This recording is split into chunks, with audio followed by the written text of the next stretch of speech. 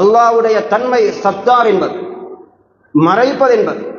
நாம் ஒவ்வொருவரும் யோசிக்க வேண்டும். எங்களுடைய எத்தனை பிழைகளை, தவறுகளை, பாவங்களை நாம் இரவிலும் இருட்டிலும் அறிமுகம் இல்லாத இடங்களிலும் தனிமையிலும் செய்த பாவங்களை ஒவ்வொருவரிலும் அல்லாஹ் மறைத்து வைத்திருக்கிறான் என்பது அவரவர்களுக்கு தெரியும். எத்தனையோ பேருக்கு சொல்லலாம் அல்லாஹ் சத்தார் என்பதற்கு, அல்லாஹ் மறைக்கக்கூடியவன் என்பதற்கு. எனக்கு குர்ஆன் ஹதீஸுடைய ஆதாரம் தேவையில்லை, என்னுடைய வாழ்க்கை எனக்கு போதும். எத்தனை விடயங்களை அல்லாஹ் மறைத்து வைத்திருக்கிறான். நான் ஏன் இன்னொருவருடைய குறையை அம்பலப்படுத்த வேண்டும்? ஒருவன் செய்த தவறை யாராவது ஒருவன் கேவலமாக பேசினால் திருமிதியிலே ஹதீஸ் வருகிறது, மன் ஐயர அஹாஹு பிதம்பின், ஒருவன் செய்த தவறை, ஒருவன் செய்த பிழையை இன்னும் ஒருவர் வேறொரு இடத்திலே அல்லது அவருக்கு முன்னாலே அவர் தலை குனியக்கூடிய வடிவத்தில் அவருடைய பாவத்தை பேசுகிறார்.